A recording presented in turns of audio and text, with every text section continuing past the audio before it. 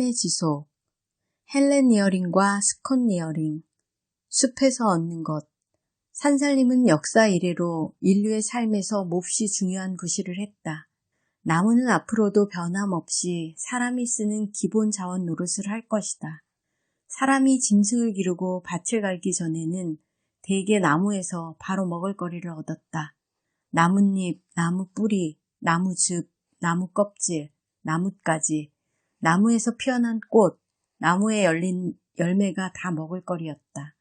불을 쓰게 되면서 나무에서 베어낸 땔감으로 방을 덮이고 음식을 만들었다. 요새도 판자 같은 목재는 주요 건축 재료다. 과학물질과 금속으로 도배하다시피 한 오늘날에도 나무의 쓰임새는 하나하나 다 꼽을 수 없을 만큼 많다. 남극과 북극 사이에 널린 여러 기후권마다 그 기후에 적응한 나무들이 있게 마련이다. 메인도 여기서 벗어나지 않는다.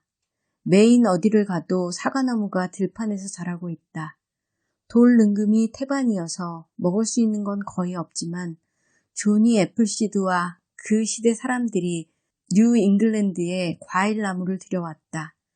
이 사람들은 유럽에서 나는 과일나무와 베리나무가 북아메리카에 적응하도록 실험에 실험을 거듭하여 마침내 오늘날 그 많은 과일과 베리가 메인 시골 구석까지 퍼지도록 했다. 고속도로를 달리다 보면 전에 풀밭에 지나지 않았던 곳에 작은 나무와 잡목들이 자라나고 있는 걸 볼 수 있다. 잡목들이 한창 자라나고 있는 땅에서 저절로 움돋는 사과나무들이 끝도 없이 펼쳐져 있다. 메인 우리 농장은 추위를 잘 견디는 과일을 기르기에 딱 알맞다. 한 세기 전만 해도 우리 밭은 사과나무가 빽빽히 들어차 있었다. 1951년 이 땅을 샀을 때 옛날 과수원 자리에 있던 나무가 몇 그루 남아 열매를 매달고 있었다. 옛 과수원에 열린 과일들은 맛과 색이 나무랄 데가 없었다. 그 가운데 몇 그루는 못해도 100년은 묵은 나무일 텐데도 말이다. 밭을 일구다 보니 채 자라지 못한 사과나무가 잡목 사이에 끼어 있는 것이 눈에 띄었다. 한창 우거져가는 숲에 간신히 뿌리를 내리고 있었다. 저절로 자라난 사과나무 몇 그루가 봄마다 왕관처럼 눈부시게 꽃을 피웠다. 해마다 숲을 정돈하면서 튼튼한 사과나무를 만나면 그 둘레에 있는 잡목과 덤불을 뽑아낸다. 가지를 치고 다닥다닥 매달린 작은 과일들을 몇 개만 남기고 다 따버린다. 괜찮은 열매만 몇 개 남겨 그 알들이 제대로 굵어가는지 살펴본다. 우리는 사과나무 가지가 버들가지처럼 가늘 때부터 제법 굵어질 때까지 관찰했다. 사과나무들은 여느 나무들과 똑같이 햇살을 한 줌이라도 더 받으려고 발돋움하면서 작은 키 나무들과 큰 키 나무들과 나란히 자란다. 블루베리밭 가까이에 있던 사과나무 한 그루는 야생 성과를 톡톡히 드러냈다. 이 나무는 땅에서 12m나 높은 나무 꼭대기에서 꽃을 피우고 열매를 열었다. 밑둥치 지름이 20cm가 넘었다. 나무가 무척 억세고 튼튼해 보여서 1953년에서 54년에 블루베리 밭을 만들 때 그 사과나무 둘레를 깨끗이 정리해 주었다. 나무 꼭대기에 푸른 사과가 알맞은 크기로 열렸다. 하지만 열매는 거의 다 반전병에 걸려 쓸만한 것이 없었다. 우거진 숲에서 자라난 이 야생나무를 잘 가꾸어 사람들이 입맛을 다실 만한 열매를 맺게 하면 어떨까?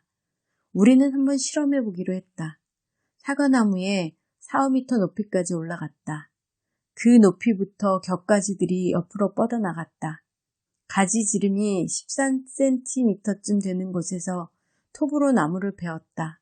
한마디로 나무를 반쯤 잘라내서 꽃과 열매 대부분이 몰려있던 위쪽을 모조리 쳐낸 것이다. 나무 아래쪽도 가지를 쳐서 다른 나무와 크기를 맞추었다. 서너 해 동안 나무는 꽃이 거의 피지 않고 열매도 맺지 않았다.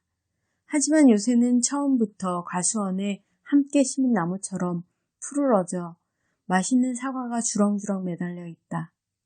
밭을 처음 샀을 때 나란히 붙어있는 사과나무 2그루가 있었다. 밭터 가까이 거름더미 옆이었다.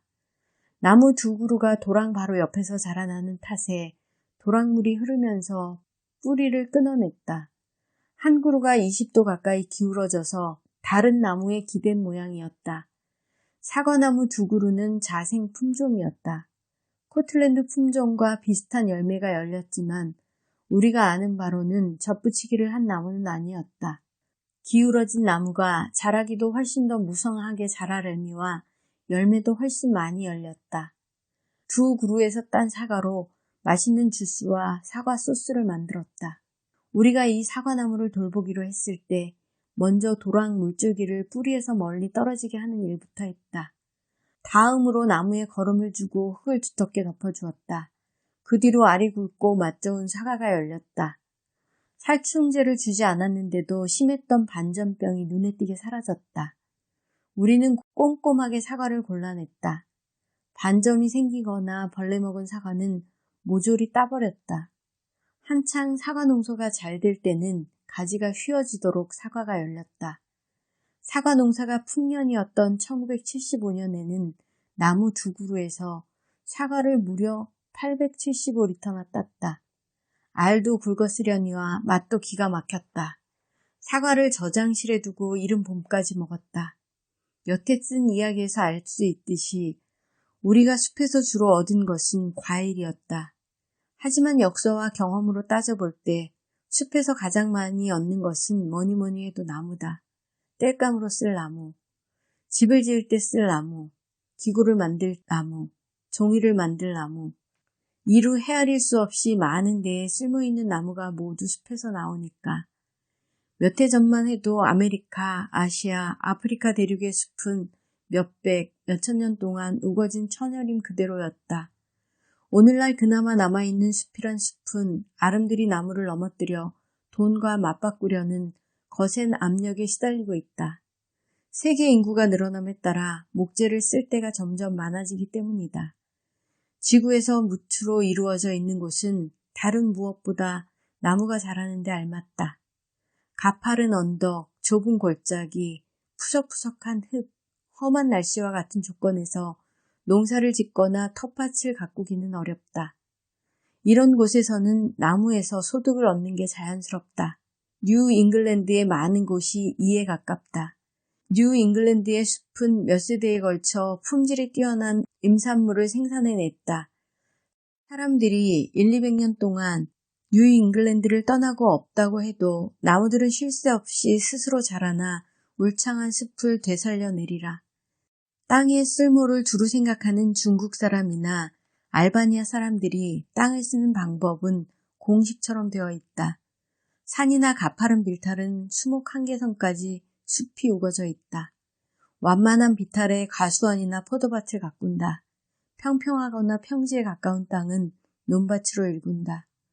메인도 이와 마찬가지가 되어야 하리라. 많은 땅이 숲으로 가꾸어지고 완만한 비탈은 과수원과 포도밭이 들어서고 꺾여나갈 위험이 없는 평평한 땅은 논밭이 되어야 하리라.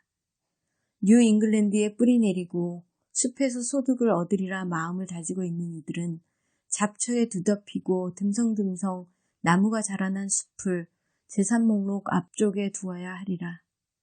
우리는 간단한 공식에 따라 숲을 정돈한다. 먼저 늪이든 돌이 많은 곳이든 울퉁불퉁한 곳이든 정돈하려는 곳에서 가장 좋은 나무를 고른다. 한창 자라나고 있는 성장기 숲에서 나무 사이를 얼마나 떼는 게 좋을까? 숲의 나이와 자라나는 나무 종류에 따라 답이 달라진다.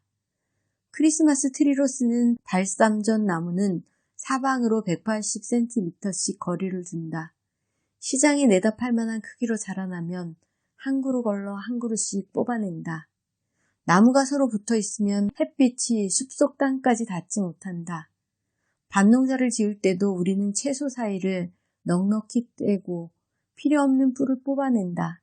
숲에서도 마찬가지로 나무 사이를 뗀다. 넓지도 좁지도 않은 메인 숲에서 우리는 켜서 쓸 통나무와 난방과 요리에 쓸 뗄나무를 얻으려 한다. 집을 따뜻하게 덮이는 데 쓸 나무는 되도록 넓은 잎나무에서 얻는다. 하지만 바다가 가까워서 넓은 잎나무가 드물다. 떡갈나무나 너도밤나무를 찾을 수 없다. 겨우 두 그루를 찾아서 땔감을 얻었을 뿐이다. 또 검은 봄나무나 흰 물풀의 나무가 조금 있고 가문비나무, 아메리카 솔송나무, 발삼전 나무가 꽤 있다. 도끼와 톱만 있으면 나무배기는 식은 죽 먹기다. 지름이 20에서 25cm 되는 작은 나무들은 아무 어려움이 없다. 밑동이 굵고 큰 나무들은 조금 어렵다. 몹시 큰 나무를 베는 일에는 위험이 도사리고 있다. 솜씨 좋은 나무꾼은 나무를 도끼로 찍고 톱으로 베어 어느 쪽으로 넘길 것인지 미리 머리에 그려 놓는다. 그리고 그 자리에 한치도 어긋나지 않게 나무를 쓰러뜨린다. 베어 넘어뜨린 나무는 가지를 모두 부러뜨리거나 톱으로 썬다. 가지를 베어낸 몸통은 길게 톱으로 자른다. 나무를 내다 팔려고 비싼 품삯을 주고 품을 사서 나무를 베는 사람들은 통나무나 펄프 목재를 베는 사람들이다. 우리는 손바닥만한 숲을 가꿀 때도 흔들림 없는 원칙에 따른다. 우리도 가끔 통나무나 펄프 목재를 베어낸다. 하지만 나무를 벨 때는 거의 난방과 요리에 쓸 뗄나무를 얻으려는 것이다. 장사꾼이라면 나뭇가지들을 내팽개 치겠지만 우리는 나뭇가지를 모아서 아궁이에 들어갈 만한 길이로 자른다. 잘 마른 나뭇가지들은 장작으로 그만인데 정말 쉽게 구하는 셈이다.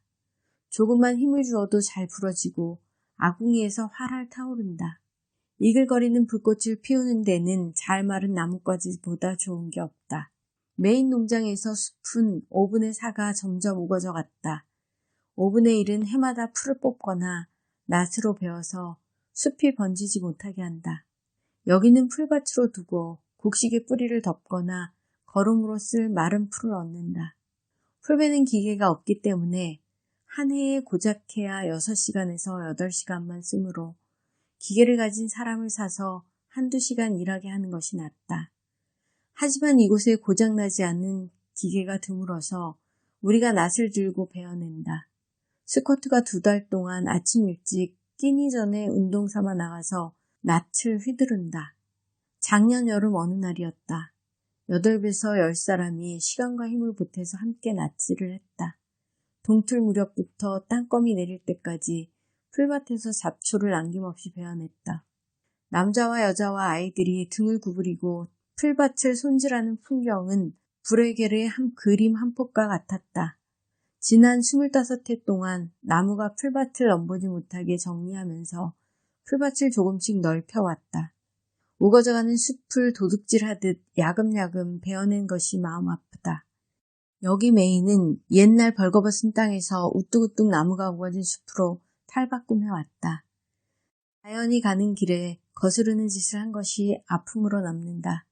뉴 잉글랜드에 처음 자리 잡은 사람들은 너나 없이 땅을 개간하려고 덤빈다. 큰 나무이든 작은 나무든 여러 해살이든 한 해살이든 가리지 않고 베어내고 뿌리째 뽑는다. 그러면 벌거벗겨진 땅에 곧 침식이 시작된다. 바람이 몰아치고 물이 흐르고 이글거리는 햇빛이 내리꽂히고 불길이 휩쓸고 간다. 그런 조건에서는 시간이 흐르면서 흙이 사라지고 시골은 해골처럼 바위만 남기 십상이라고 생각하기 쉽다. 땅을 개간하고 덤불과 마른 가지마저 불사지르니 벌써 오래전에 바위만 앙상한 모습이어야 옳겠지. 하지만 물이 흐르지 않는 땅에서조차 그런 일은 일어나지 않는다. 그와 반대로 뉴잉글랜드 언덕과 골짜기는 몇 세대에 걸쳐서 식물과 동물들을 끌어들이고 그것들이 살 수 있는 터전이 되어 주었다.